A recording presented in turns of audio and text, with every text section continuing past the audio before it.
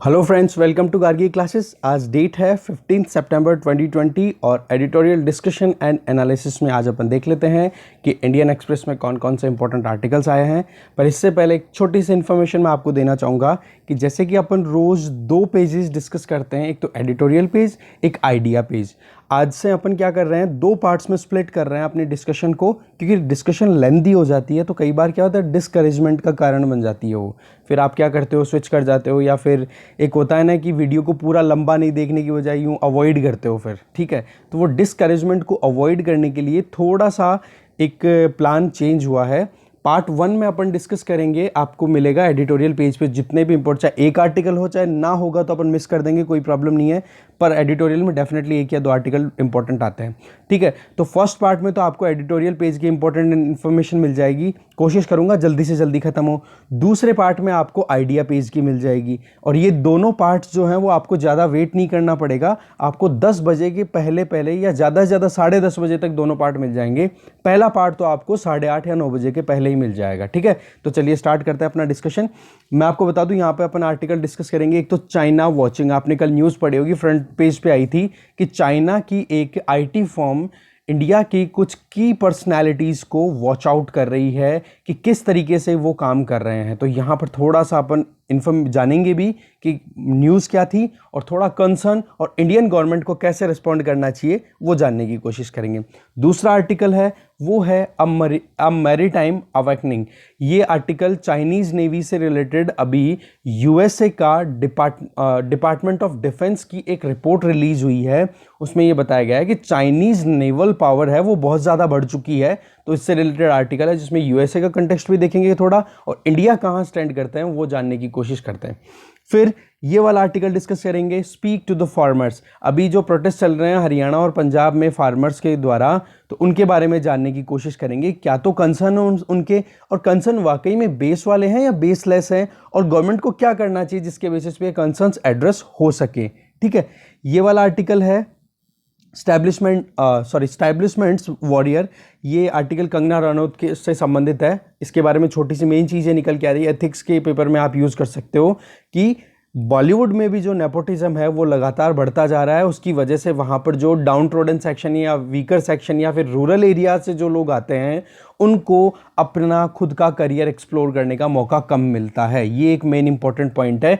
बाकी चीज़ें वही रिपीट हो रही हैं जो आप न्यूज़ में ऑलरेडी देखते हो। सुशांत सिंह राजपूत का केस हो गया, कंगना रनौत के बंगलों को तोड़ दिया गया, वो सारी चीज़ें अपने काम की नहीं है, ये अपने काम का आर्टिकल नहीं है। तो 3 आर्टिकल्स अपन अब भी फर्स्ट पार्ट में देख लेते हैं जल्दी से। China watching. अभी आपको पता होगा चाइना की एक फर्म है जिसका नाम है डेटा इंफॉर्मेशन टेक्नोलॉजी।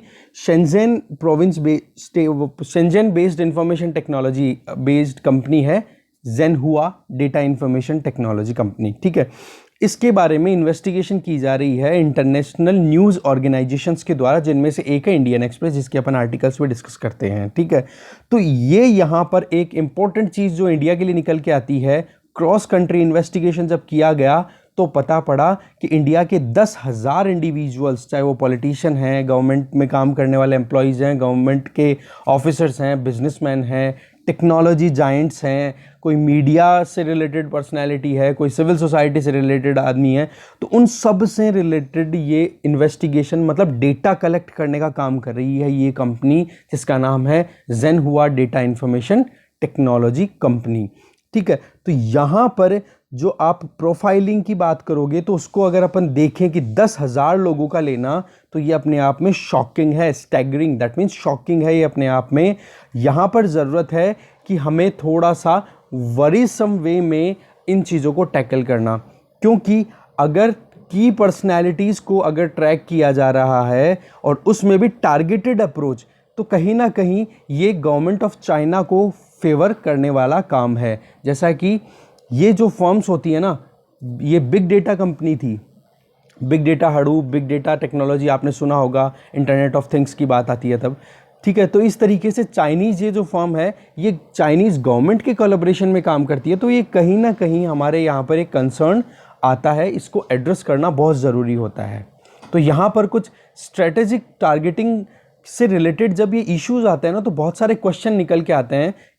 क्वेश्चन कैसे कि इंडियन गवर्नमेंट क्या इतनी विजिलेंट है, क्या इतनी अलर्ट है कि वो अपने सिटीजन्स के डेटा को मॉनिटर कर पाए।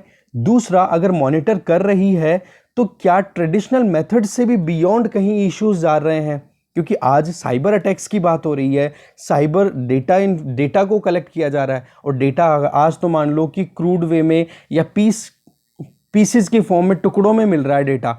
कल को न चाइनीज़ गवर्नमेंट अपना खुद का प्लान करके उस सारी पीसेस को मिला करके एक पूरा प्लान आउट करके इंडिया के इंटरेस्ट को कहीं ना कहीं हार्म पहुंचा सकता है।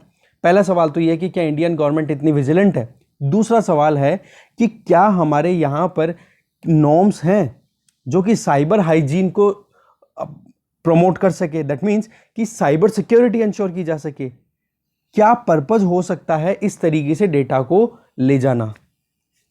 क्या हमारे पास में कोई ऐसा सिक्योरिटी इशू आ चुका है, अभी ये सिक्योरिटी रिस्क बन चुका है हमारे लिए कि साइबर सिक्योरिटी पे भी हमें ज़्यादा से ज़्यादा फोकस करने की ज़रूरत है? देखो, ये सारे सवाल हैं, इनके सबके जवाब कहीं ना कहीं बहुत ही ज़रूरी हैं, और इंडिया को किस तरीके से रिस्पॉन्ड करना चाहिए, ये सारे सवाल हैं। इन सवालों के जवाब ढूंढना बहुत ज़रूरी हो गया आज के टाइम पे। इन्वेस्टिगेशन ने ये रिवील किया है कि जो चाइनीज़ फर्म है ना, वो डिजिटल फुटप्रिंट्स को मॉनिटर करती है, और सोशल मीडिया प्लेटफॉर्म्स के थ्रू या फिर कोई भी न्यूज़ रिसोर्सेज हैं या पेपर है, फोरम है, किसी भी बेसिस पे ये इंडिविजुअल्स को टारगेट कर रहे हैं। कि जैसे आपने कोई अपनी खुद की आईडी बनाई है, तो आईडी की इन्फॉर्मेशन की भी वो एक बार तो कलेक्ट करके लेके जा रहे हैं, और की पर्सनल्स है ना, उनके ऊपर ज़्यादा फोकस किया जा रहा है। तो कहने का मतलब ये है कि रैशनल डेटाबेस जो अभी तक अपन बोल रहे हैं जिसको, तो अगर उनको ये एसोसिएशंस ट्रैक कर रही है, चाहे वो इंडिविजुअल हो, चाहे इंस्टीट्यूशंस हो, चाहे कोई भी इंफॉर्मेशन हो, तो वो कहीं ना कहीं हमारे लिए एक कंसर्निंग इशू है, उसको हमें एड्रेस करने की ज़रूरत है। अगर इस तरीके से छोटी छोटी इंफॉर्मेशन उनके पास में जाती है, तो आने वाले टाइम पे वो ब्रॉडर फ्रेमवर्क तैयार करके इंडिया के इंटरेस्ट को इंटरनेशनल लेवल पे या नेशनल लेवल पे हार्म पहुंचा सकते हैं। वो कैसे? छोटे छोटे ग्रैन्यूल्स के फॉर्म में ले गए, एक एक की प्रोफाइल उठा करके एक एक को इंडिविजुअल को टारगेट कर दिया, और आने वाले टाइम पे उनका मिसयूज किया जा सकता है उस डेटा को एक्सप्लॉइट करके डिसइंफॉर्मेशन स्प्रेड करने के लिए। वही मैंने बताया था ना कि कॉन्टेक्चुअलाइजिंग और डीकॉन्टेक्चुअलाइजिंग, कि आज के टाइम पे बोली हुई चीज़ को आने वाले टाइम पे मिस इंटरप्रेट करवा करके और फिर बाद में सोशल मीडिया पे अगर चलाना, फेक अकाउंट बना लिया मान लो फेसबुक पे, अगर चाइनीज़ गवर्नमेंट अगर चाहे, जो करंट रूलिंग गवर्नमेंट है उसको डिफेम करना चाहे, उसको बदनाम करना चाहे, तो जो प्रीवियस स्टेटमेंट्स हैं इलेक्शन से पहले के, क्योंकि हमारे यहाँ पर डेमोक्रेसी है और डेमोक्रेसी में ब्लेम गेम चलते हैं। अब ब्लेम गेम में क्या होता है, अगर उनके पास में ये इन्फॉर्मेशन पहुँच गई और अगर उन्होंने उसको आज के कॉन्टेक्स्ट में ये दिखाना शुरू कर दिया, भाई रूलिंग पार्टी के जो लीडर्स हैं वो तो ये कहते हैं, तो एक तरीके से ये डिसइंफॉर्मेशन हुई कि नहीं, हमारा जो सोशल थ्रेड है उसको कहीं ना कहीं हार्म हुआ कि नहीं, तो नेशनली और इंटरनेशनली हमारे इंटरेस्ट को कहीं ना कहीं ये हार्म करता है, और ये चाइना अपने खुद के इंटरेस्ट को सर्व करने के लिए कर भी सकता है, इसमें कोई बड़ी चीज़ नहीं है। ओके, आज के टाइम पे हाइब्रिड वॉरफेयर का सिस्टम चल चुका है, जहां पर एक तरफ cyber security issue, cyber attacks होते हैं, और दूसरी तरफ आप देखोगे कन्वेंशनल वॉर्स होते हैं, जैसे चाइना एग्रेशन दिखा रहा है हिमालयन रीजन में, ईस्टर्न लद्दाख की अगर अभी करंटली बात की जाए।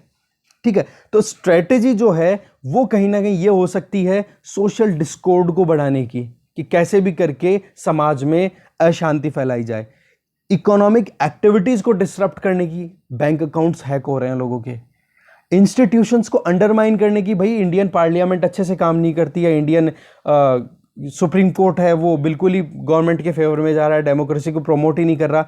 अरे भाई, ये तो हम इंडियंस डिसाइड करेंगे ना, तो ये चीज़ें बहुत ज़रूरी हो जाती हैं। ऐसे ही पॉलिटिकल लीडरशिप को डिस्क्रेडिट करने के लिए, जो मैंने बताया आपको अभी, ऐसे ही टारगेटेड साइबर अटैक हो जाए कि आपके पास में फिशिंग के लिए कोई मेल आ रहा है, आप उस पर क्लिक करते हो तो आपकी सारी इंफॉर्मेशन उसके पास में चली गई, और डिसइंफॉर्मेशन कैंपेन की उल्टी सीधी इंफॉर्मेशन इधर की उधर करके और अल्टीमेटली कंट्री को डिस्टेबलाइज करना, ये टारगेट हो सकता है।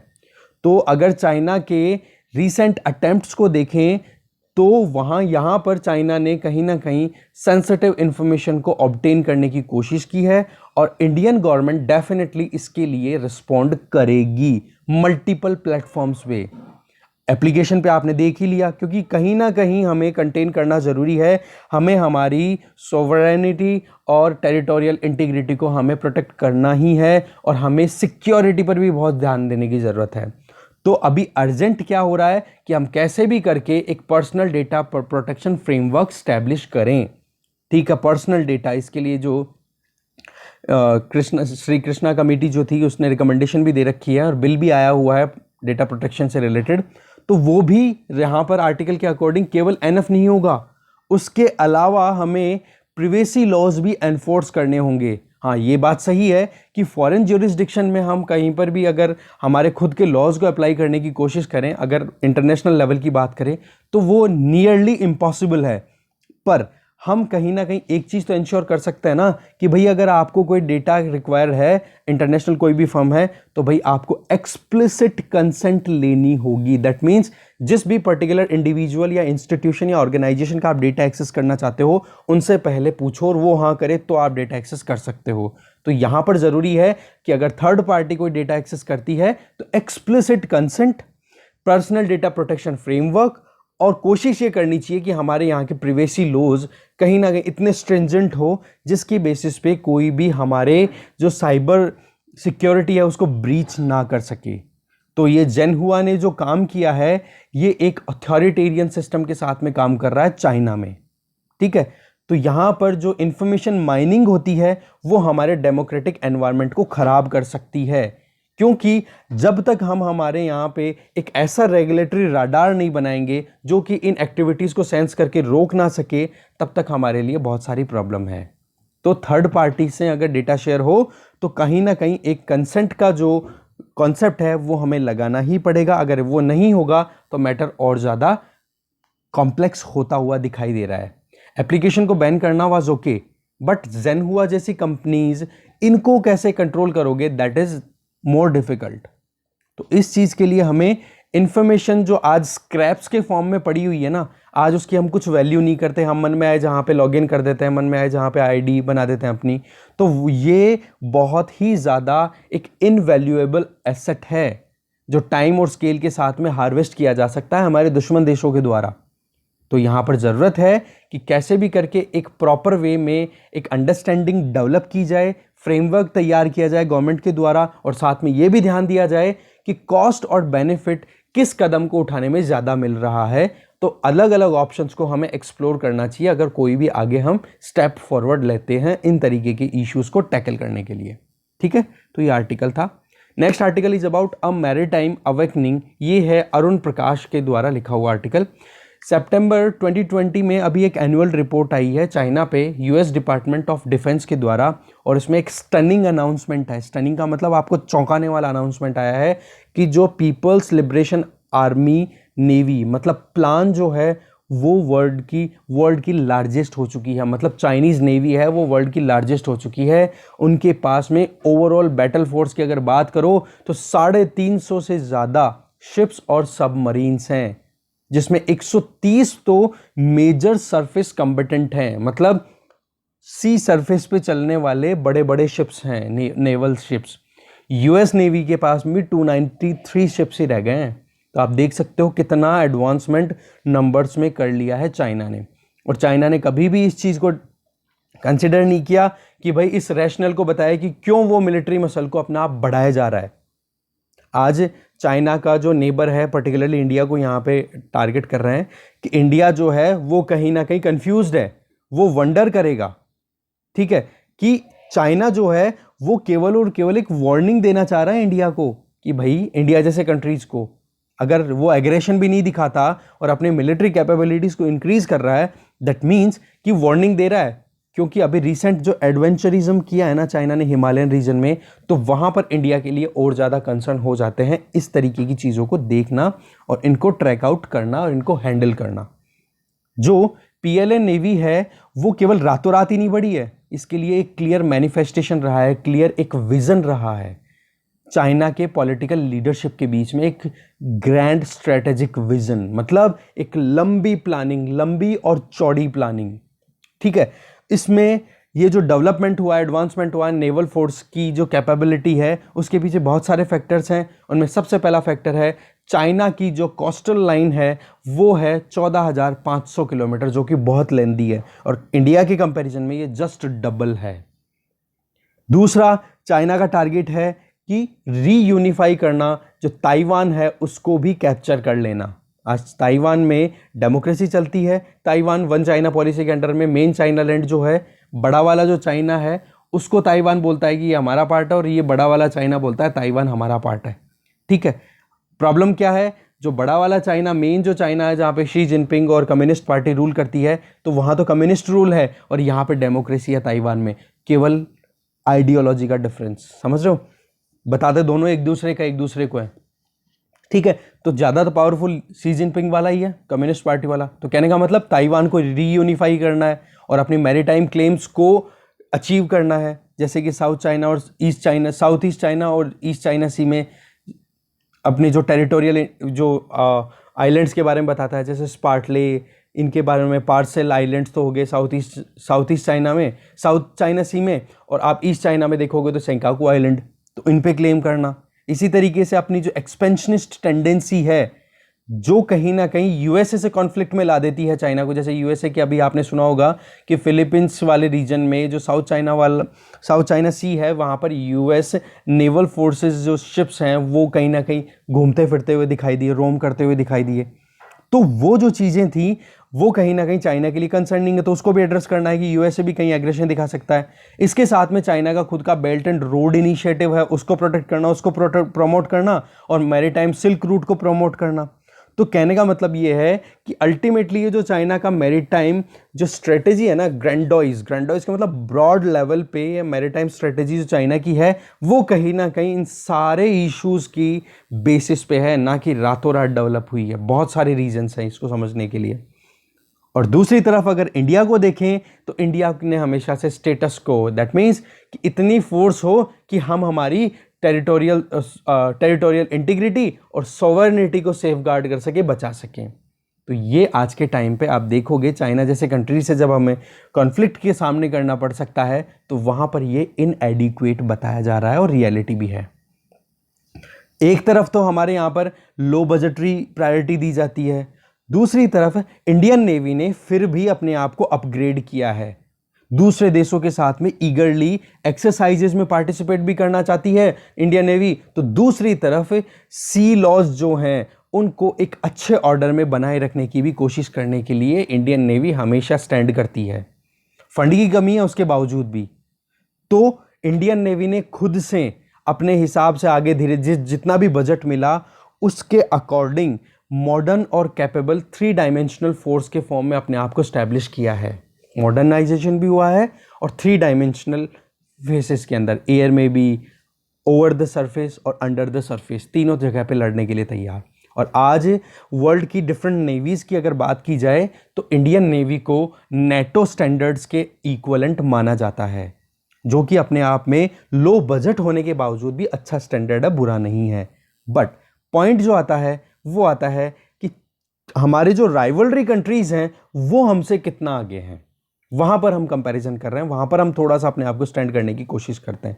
हाँ, ये बात सही है कि टेक्नोलॉजी और प्रोफेशनल कंपिटेंसीज होती हैं, कंपिटेंसी मतलब एक तरीके से आप एक कंपीट करते हो कि नहीं करते, सूटेबिलिटी, राइट।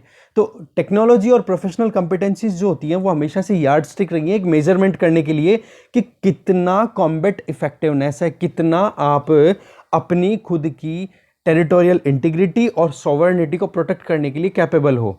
बट उसके साथ में नंबर्स भी तो मैटर करते हैं। चाइना के पास में 350 के लगभग अगर वॉरशिप्स हैं तो ये कंसर्निंग इशू है इंडिया के लिए। 300 से ज़्यादा अगर वॉरशिप्स हैं तो इंडियन नेवी वर्ल्ड में अगर नंबर्स में बात करें तो 6 या 7वें स्थान पे आती है, ठीक है, इंटरनेशनल ऑर्डर में। तो इस तरीके से एक सिग्निफिकेंट डिस्पैरिटी देख सकते हैं, गैप देख सकते हैं प्लान में, मतलब पीएलए नेवी में चाइना की नेवी जो है और इंडियन नेवी के बीच में। और ये जो गैप है ये लगातार बढ़ता जा रहा है 2 इकोनॉमीज के बीच में। इंडिया एक तरफ है, अगर देखे तो चाइना को अगर कंटेन करे तो आर्म रेस में भी लग सकता है, ठीक है। तो यहां पर चाइना एक प्रेशर भी बना रहा है, जबकि हमारे यहां पर तो ऑलरेडी कितने इश्यूज हैं। कोरोना आ गया, कोरोना की वजह से आज इंडिया में कितना लॉस हो रहा है, लॉकडाउन की वजह से कितनी प्रॉब्लम हुई है और टैकल नहीं हो रहा, और इकोनॉमी ऑलरेडी क्राइसिस में, गरीबी बढ़ रही है, मालनरिशमेंट बढ़ रहा है, हमारे सामने और बहुत सारे इश्यूज हैं। तो इंडिया को कहीं ना कहीं प्रेशराइज करा सकता है चाइना इन सारे कदम उठा करके कि भाई इंडिया भी अब धीरे धीरे अपनी आर्म रेस में लग जाए और मैरीटाइम पावर में इन्वेस्ट करना शुरू कर दे। तो कहने का मतलब ये है कि राइटर यहां बोल रहे हैं कि अगर आर्म रेस में इंडिया लगे भी, तो अगर इंडिया अपना थोड़ा बहुत और बजटरी जो सपोर्ट है नेवी को देता है, तो वो मैरीटाइम पावर के फॉर्म में तो देगा ही, बट लॉन्ग टर्म में इसका डिविडेंड और भी मिलेगा। वो कैसे मिलेगा वो अभी अपन देखेंगे, एक एक चीज को समझने की कोशिश करेंगे।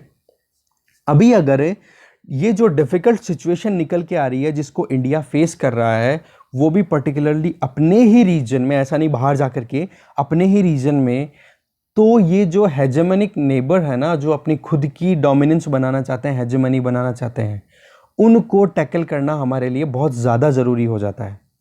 और अगर इस इकोनॉमी असिमेट्री, जहाँ चाइना हमारे से बहुत ज़्यादा कैपेबल है, बहुत ज़्यादा इकोनॉमिकली प्रॉस्पर कंट्री है, तो उसको अगर छोड़ें, तो इंडिया की अगर मिलिट्री कैपेबिलिटीज़ में कंपैरिजन किया जाए ना, तो अगर चाइना कोई भी एडवेंचर करता है ना लद्दाख जैसा, तो इंडिया की मिलिट्री में इतनी कैपेबिलिटी तो है कि वो रिटेलिएट करके चाइना को अनएक्सेप्टेबल पेन दे सकता है जो उसने सोचा भी नहीं है। तो माउंटेन्स में तो हम कहीं ना कहीं कैपेबल हैं, जो हमने शो भी किया, बट सीज की जब बात आती है तब हम कहीं ना कहीं थोड़े से वीक होते हुए दिखाई देते हैं as compare to Chinese navy. तो आज नेशन जो है, पूरा राष्ट्र, लद्दाख में जो टैक्टिकल मूव किया है इंडियन आर्मी में, जो 29 और 30 अगस्त को इंडियन आर्मी भी आगे बढ़ी है, तो वो कहीं ना कहीं चीयर किया जा रहा है, एंजॉय किया जा रहा है। पर ध्यान देने वाली बात जो है वो है स्ट्रेटेजिक वॉइड न्यू दिल्ली में। एक पॉलिटिकल विल, एक political document, political direction, political doctrine, उसकी कमी जो है उस पर ध्यान देना हमारे लिए बहुत ज़्यादा ज़रूरी है। यहाँ पर यूनाइटेड स्टेट्स की जो डिपार्टमेंट ऑफ डिफेंस की रिपोर्ट आई है, उसको हमें इस एंगल से भी एग्जामाइन करने की ज़रूरत है कि डिसीजन मेकिंग एलिट्स की जब बात आए या फिर मिलिट्री लीडरशिप की बात आए, तब इंडिया कहाँ स्टैंड करता है। क्योंकि ये शो करता है कि हमारे पॉलिटिशियंस जो हैं वो कहीं ना कहीं वीकर हैं, कहीं ना कहीं पीछे हैं। आप अगर यूएसए एक डेमोक्रेटिक कंट्री है ना, वहाँ के पॉलिटिशियन को देख लो, और दूसरी तरफ चाइना तो टोटलिटेरियन है कि हाँ, वहाँ जो गवर्नमेंट चाहिए वो हो जाएगी। डेमोक्रेटिक कंट्री होने के बावजूद यूएसए की एक तरीके से नेशनल सिक्योरिटी जो है वो हमेशा से हाईएस्ट इंपॉर्टेंस पे रहा है। और हमारे यहाँ पर इंडिया में अगर देखें तो हमारे यहाँ पर ये कमी रही है, एक एक्सेप्शन बन के रह गया है, क्योंकि हमारे यहाँ पर कोई एक कन्वर्जेंस नहीं आ रही है, या फिर कोई एक वाइट पेपर नहीं है जिसमें डिक्लेयर किया हुआ है कि हाँ, अब आने वाले 5 साल 10 साल में क्या प्लान होने वाला है। खैर, करंट गवर्नमेंट कोशिश भी कर रही है, जैसे chief of defence staff establish किया गया है तीनों जो आर्म्ड फोर्सेज हैं उनके ऊपर, कि कैसे भी करके सेंट्रलाइज्ड वे में डिसीजन मेकिंग की जा सके। खैर, अपन आर्टिकल की बात करते हैं। यूएस कांग्रेस से, मतलब वहाँ की पार्लियामेंट यूएस की, वो हमेशा से इस चीज़ को ध्यान में रखती है कि एक इफेक्टिव स्ट्रेटेजी बने, जिससे कि नेशनल इंटरेस्ट, नेशनल ऑब्जेक्टिव और पॉलिसी जिस तरीके से बने जिससे कि डिफेंस कैपेबिलिटीज ज़्यादा से ज़्यादा बेटर हो सके, और उसके लिए बजटरी सपोर्ट ज़्यादा से ज़्यादा दिया जाता है, जिससे कि कोई भी अगर थ्रेट आए तो उसको रोका जा सके, उसको डेटर किया जा सके। तो शेयर्ड विजन होना सारी एजेंसीज के बीच में, कि जब भी कोई क्राइसिस आए तो उस टाइम पे झट से रिएक्ट किया जा सके, ये बहुत ज़रूरी होता है। अब यूएस की जो नेशनल सिक्योरिटी स्ट्रेटजी है उसमें यूएस कांग्रेस का भी हाथ रहता है, तो डिपार्टमेंट ऑफ डिफेंस भी वहाँ पे पार्टिसिपेट करता है, तो स्टेट खुद भी करता है, तो होमलैंड सिक्योरिटी भी है, तो इंटेलिजेंस कम्युनिटी भी है। तो कहने का मतलब इनका सबका एक इंटीग्रेटेड वे में काम होता है, तब जाके यूएस एक स्ट्रॉन्ग नेशन बन के उभरा है। ऐसे ही अगर चाइना की बात करो तो वहाँ पर पॉलिटिकल लीडरशिप जो है 1995 से ही बहुत स्ट्रॉन्ग रही है, जिन्होंने हमेशा से डिफेंस वाइट पेपर हर 2 साल में डिक्लेयर किया है, और रिसेंटली 11वां डिफेंस वाइट पेपर आ गया। वाइट पेपर का मतलब क्या होता है, एक कोई भी पॉलिसी आती है ना, उससे रिलेटेड फुल डिटेल्स दी हुई होगी कि हम आने वाले टाइम पे इस पर्टिकुलर कॉन्टेक्स्ट में क्या करेंगे, और ये पार्लियामेंट या फिर जो भी वहाँ का जो डिबेट करने का कांग्रेस है जैसे यूएस में, तो वहाँ पर लाई जाती है ये। चाइनीज पार्लियामेंट है वहां पर लाया गया ये। तो 11 अभी तक आ चुके हैं और सभी ये जो डॉक्यूमेंट थे ये पब्लिक डॉक्यूमेंट थे, जिन्होंने चाइना के वाइटल इंटरेस्ट, मतलब जिनको चाइना ने सबसे ज्यादा इंपॉर्टेंस दिया, उन इंटरेस्ट को, जिसमें से एक था नेशनल सिक्योरिटी, उसको अपहेल्ड किया, उसके हिसाब से वो व्हाइट पेपर था। ठीक है, तो वो चीज जो है हमारे इंडिया में मिसिंग है। इस व्हाइट पेपर के अंडर में डिस्कशन होता है कि किस तरीके से फोर्स लेवल को इंप्रूव किया जाए, डिफेंस एक्सपेंडिचर को किस तरीके से रेगुलेट किया जाए, किस तरीके से आज के वर्ल्ड में जो चेंजिंग हो रहे हैं, तो उन चेंजेस को देखते हुए हमारे फोर्सेस का रोल क्या होना चाहिए, उनको कैसे रीऑर्गेनाइज करें और नए इक्विपमेंट कैसे दें और नए प्लेटफॉर्म कैसे प्रोवाइड करें, इस चीज के बारे में ये डिस्कशन होता है इन व्हाइट पेपर्स में। तो आज अगर इंडिया की अगर अपन बात करें तो हम कहीं ना कहीं इसके पीछे हैं। हम यहाँ पर एक डॉक्ट्रिन होना चाहिए ना, एक स्ट्रेटेजी जो होनी चाहिए ना ओवरऑल, वो कहीं ना कहीं पीछे आने वाली किसी भी गवर्नमेंट ने कोशिश ही नहीं की। ना पार्लियामेंट ने कभी ये ध्यान दिया कि कोई व्हाइट पेपर आना चाहिए डिफेंस रिव्यू को लेकर के। तो डायरेक्ट कॉन्सिक्वेंस अगर है उसका, हमारे पास कोई स्ट्रेटेजी ना है, उसका क्या कॉन्सिक्वेंस दिख रहा है कि इंटेलिजेंस फेलियर होता रहता है, टेररिस्ट अटैक होते रहते हैं, कभी चाइना एग्रेशन दिखाता है तो कभी पाकिस्तान सीज फायर करता रहता है। ये हमारे लिए कोई सरप्राइज नहीं है। ये पोस्ट इंडिपेंडेंस इंडिया के बाद में जितने भी कॉन्फ्लिक्ट हुए हैं, चाहे बांग्लादेश वाला इशू हो, चाहे पाकिस्तान ने कितनी बार प्रॉब्लम क्रिएट करने की कोशिश की हो, चाहे चाइना का ये दूसरा अटेम्प्ट हुआ हो, तो कहने का मतलब है कि हमारे यहाँ पर एक स्ट्रेटेजिक डॉक्ट्रिन तो होना ही चाहिए। तो एक डिफेंस प्लानिंग जो है वो हमेशा से इंडिया में एडॉक रही है कि परिस्थिति आ गई खराब, अब तैयार कर लो। अरे भाई, इसके पहले तैयार रहो ना आप। फंडिंग हमेशा से कम रही है, तो हर एक क्राइसिस में ये प्रॉब्लम हमेशा से सामना करता रहा है इंडियन डिफेंस, जब भी बात की गई है तो। ठीक है, अब छोटी से छोटी आप मेन जो कोर बात होती है, आप आर्म परचेज करते हो, जैसे राफेल की बात हुई, उसकी परचेज में भी कहीं ना कहीं प्रॉब्लम आती रहती है। तो ये जो इश्यूज हैं, इनको हमें जल्दी से जल्दी एड्रेस करने की जरूरत है। अभी जो चाइना ने अपना जो मैरीटाइम अवेकनिंग का जो एक डॉक्यूमेंट रिलीज किया है, या फिर यूएस डिफेंस डिपार्टमेंट ने ये डॉक्यूमेंट रिलीज किया जिसमें बताया कि चाइना का मैरीटाइम कितना मतलब चाइना ने अपना एक्सपेंड कर लिया है अपनी खुद की मैरीटाइम पावर को, तो ये लास्ट सेंचुरी से ही शुरू हो गया था। तो कितना लंबा प्लान है चाइना के पास में।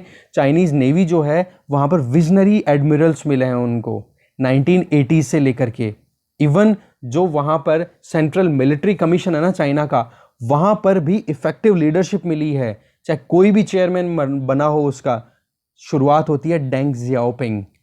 ठीक है, तो डेंग जियाओपिंग हो या उसके बाद में अभी तक जितने भी चेयरमैन बने हो चाइना के सेंट्रल मिलिट्री कमीशन के, उनका सबका एक ही टारगेट रहा है कि हमें कैसे भी करके हमारी मिलिट्री कैपेबिलिटीज को इंक्रीज करना है, जिससे कि एक पावर बना जा सके।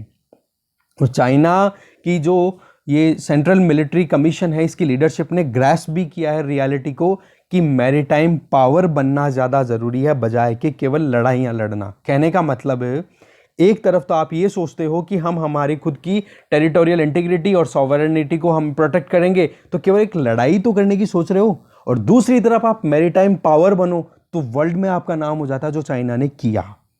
आज चाइना इसी चीज़ के बेसिस पे, अब मैं बताऊंगा यहाँ पे कि जो अगर नेवी फोर्सेज में या नेवी में अगर ज़्यादा इन्वेस्टमेंट होता है, ज़्यादा बजट मिलता है, तो उसके और क्या बेनिफिट होते हैं वो देखो आप। चाइना को क्या क्या बेनिफिट हुए। चाइना आज वर्ल्ड लीडर है शिप बिल्डिंग में, शिप बिल्डिंग बनेगी। दूसरा, मर्चेंट मरीन में बात की जाए तो वहाँ पर जो ट्रेड होता है ना, उसमें भी चाइनीज शिप्स नंबर 1 आते हैं वर्ल्ड में। इसके अलावा वर्ल्ड की लार्जेस्ट कोस्ट गार्ड है चाइना की, जो वहाँ की कोस्ट को प्रोटेक्ट कर रही हैं। इसी के साथ में फिशिंग फ्लीट की अगर बात की जाए तो वर्ल्ड की लार्जेस्ट या बिगेस्ट फिशिंग फ्लीट है वो भी चाइना के पास में ही है। और चाइनीज पोर्ट्स जो है ना, बंदरगाह जो है, वो वर्ल्ड वाइड देखोगे तो बेस्ट हैं। तो आप देख सकते हो कितना बेनिफिट हो सकता है। तो अभी ये जो सिचुएशन आई है लद्दाख में, तो यहाँ पर हम कोई एक मिलिट्री रेजोल्यूशन बेस्ड ही काम करें तो ये नहीं हो सकता। हमें हॉट वॉर वाली इश्यूज पर भी ध्यान देना। हॉट वॉर का मतलब कहीं पर भी किसी भी तरीके से लड़ाई हो सकती है। वैसे तो अगर कोई हॉट वॉर की सिचुएशन आती है तो वो अनअफोर्डेबल रहेगी दोनों न्यूक्लियर आर्म्ड कंट्रीज के लिए, क्योंकि अगर एक भी दूसरे के ऊपर कोई एक भी न्यूक्लियर आम का यूज़ कर लेगा तो कितना लॉस हो सकता है, वो ये दोनों कंट्रीज जानते हैं अच्छे से।